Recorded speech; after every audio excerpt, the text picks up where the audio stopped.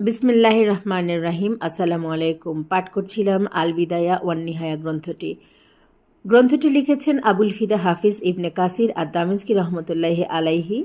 গ্রন্থটি বাংলায় অনুবাদ করেছেন মাওলানা সৈয়দ মোহাম্মদ এমদাদউদ্দিন, মাওলানা মোহাম্মদ মহিউদ্দিন, মাওলানা বোরহানউদ্দিন এবং মাওলানা মোহাম্মদ আবু তাহের। গত পর্বে আমরা পড়ছিলাম জিন সৃষ্টি ও শয়তানের কাহিনী। এরই ধারাবাহিকতায় আমরা পরবর্তী অংশটুকু আজকে পাঠ করব। অবশেষে ইবলিশকে ঊর্ধ্ব জগতে থেকে নামিয়ে দেয়া হয় এবং সেখানে কোনো রকম বাস করতে পারে এতটুকু স্থানও তার জন্য হারাম করে দেয়া হয়।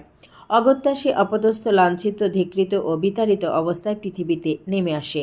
সঙ্গে সঙ্গে তাকে এবং তার অনুসারী জিন ও মানুষদের জন্য জাহান্নামের সতর্কবাণী জানিয়ে দেওয়া হয়।